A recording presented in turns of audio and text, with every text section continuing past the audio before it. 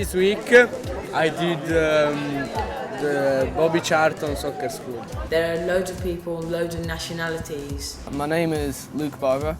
I live in Washington, D.C. William Zambrano Martin. I live in Alicante. My name is Felicia Thompson. I'm from Nigeria. My name is Errol Turgatal. I'm from the US. I'm Tyler. I'm from England, Rochdale. My name is Stefano. I come from Italy. I'm Owen Standish from England, Manchester. I know people from Hungary, Slovenia, Australia. I'm from Mexico. I am from Spain. I'm from Greece. I'm from Saudi Arabia. I'm from Argentina. Iceland. I'm half American, half Greek, and I was born in Puerto Rico. Jamaica, Japan. I live in Surrey. The list goes on.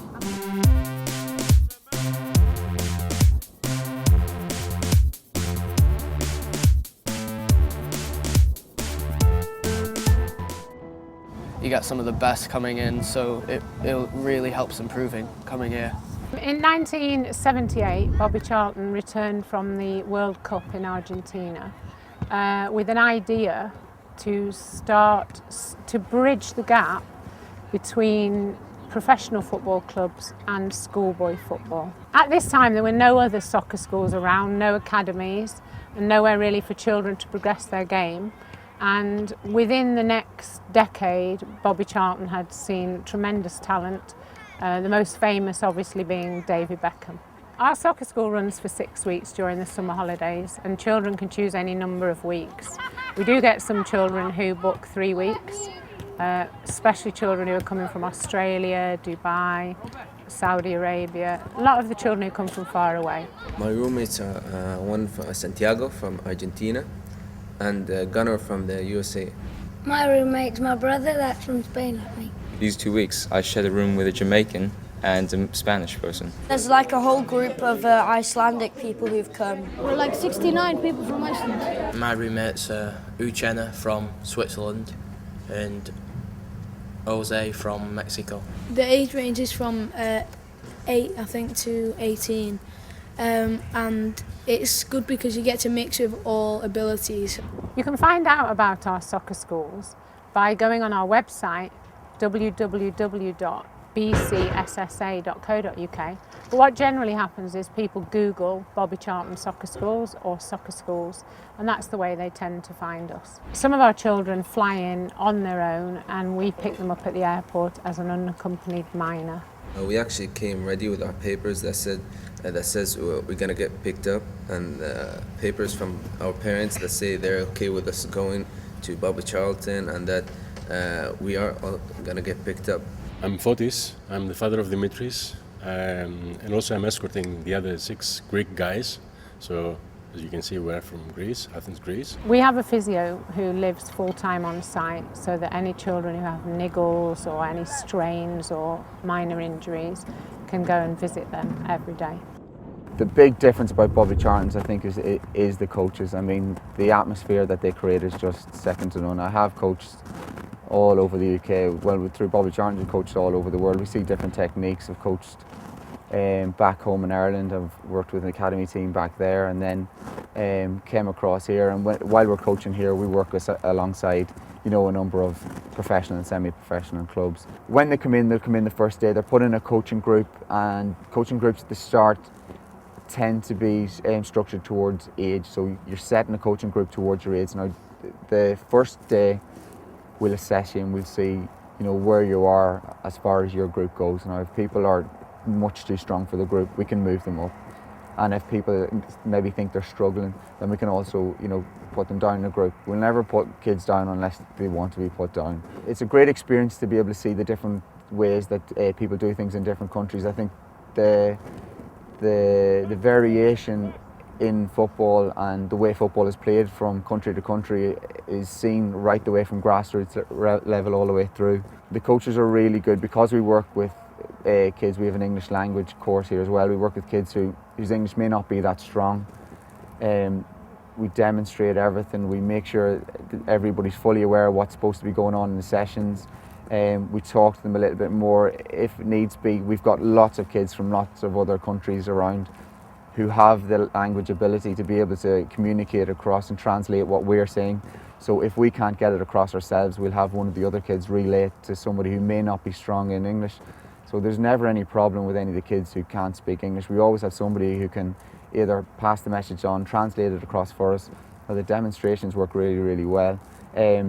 Football's one of those things, you know, you don't need to speak that much, you just get out and show them, and the kids are really, really good at picking it up. We've basically been training like professionals. Like we train about 6 hours a day, all the basic skills: shooting, dribbling, passing, control. And you wake up, you play football, you eat, you play football, and that's just how it goes.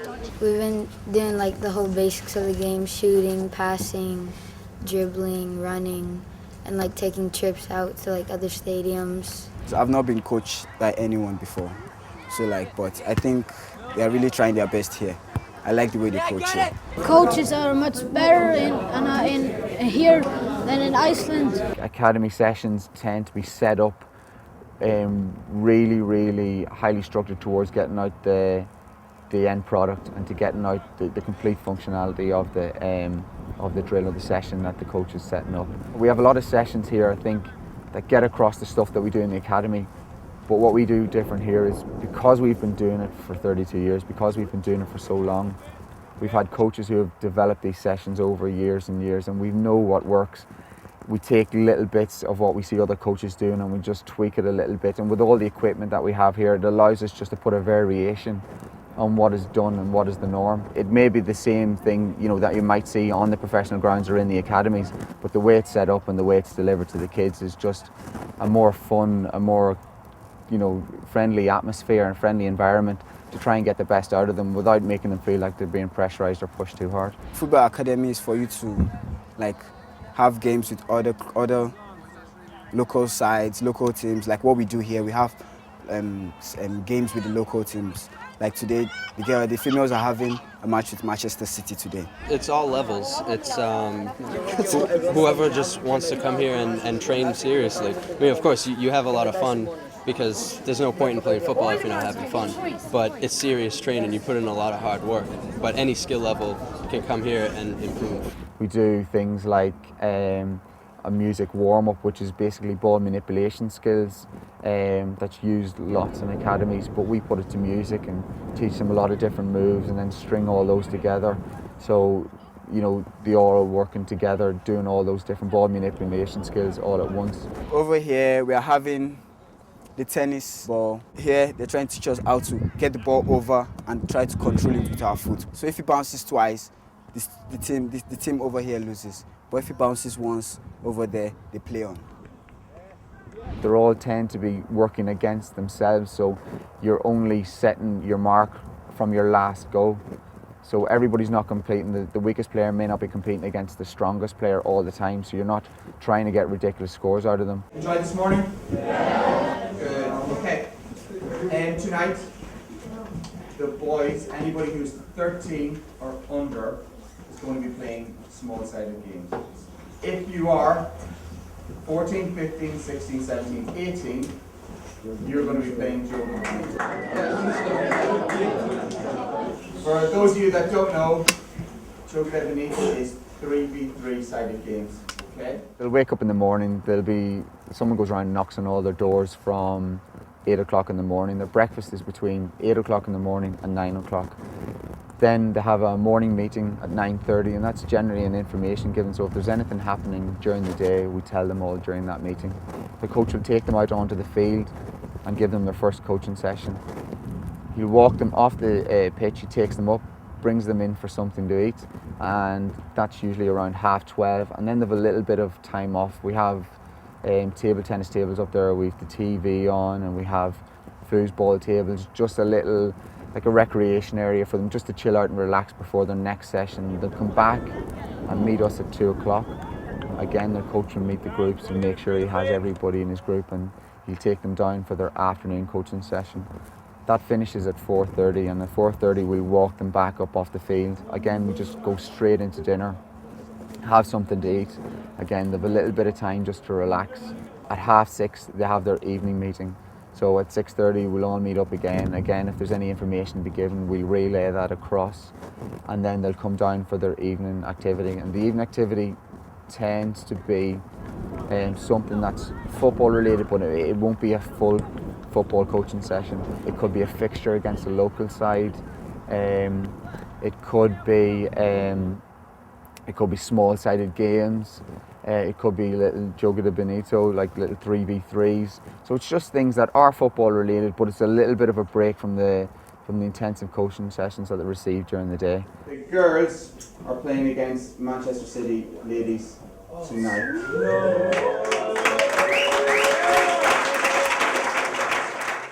Yesterday night we went to cinema, and I think tomorrow we'll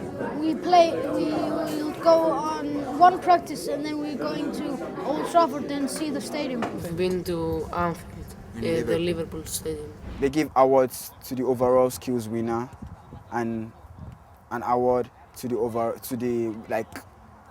the highest people who get the highest points. They go over to the lofted pass, about 6 of them from each groups. They go over the lofted pass. Then whoever gets the highest points in the lofted pass goes through to the World Skills Final. And that's my aim.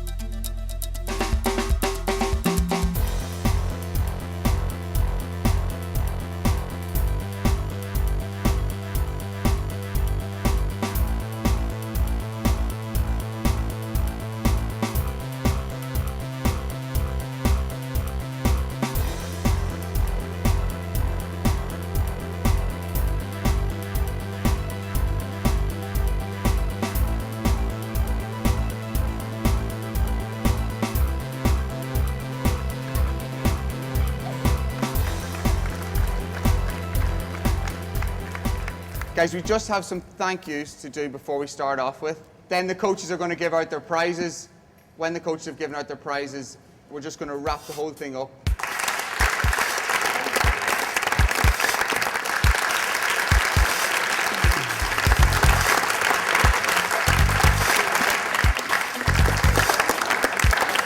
The person who was the overall winner, so got the highest score in total from his 4 tests, who didn't need the lofted pass final test to get him through to the World Skills Final with a fantastic score, is Tom Kenny.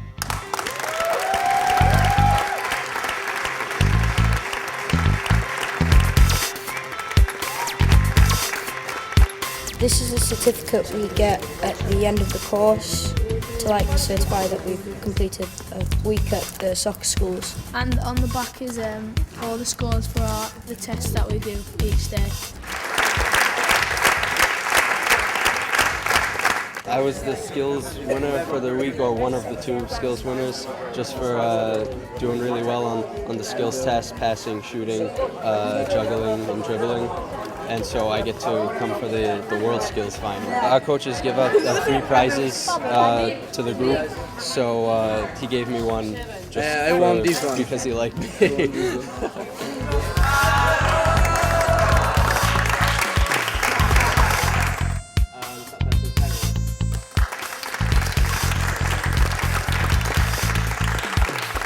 Oh, this is a prize that your trainer gives you.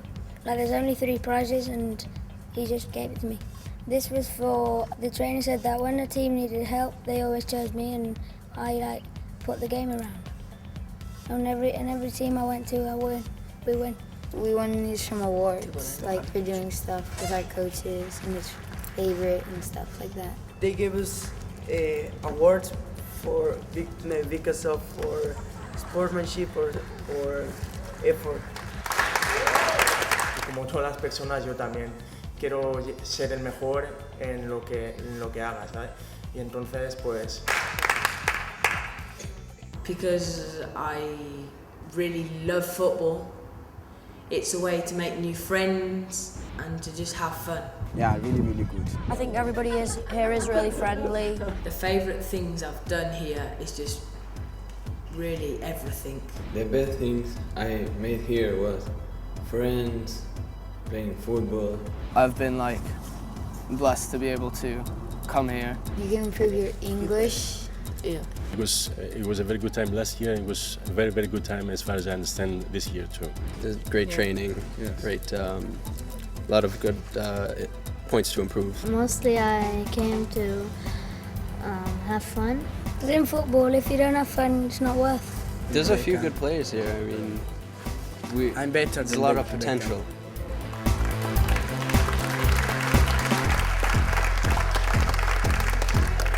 The atmosphere here is just completely different to any of that. I mean, it's a good hard work ethic, and the kids do come out and do tough sessions during the week. But they all come in with smiles on their faces, you know, whether it's sunny or whether it's raining, whether it's really cold, like sometimes it is. I mean, they just enjoy it to the fullest. The Bobby Charlton Soccer School is not just about football. Children come here and they make firm friendships, they come back year after year, and it's about fun.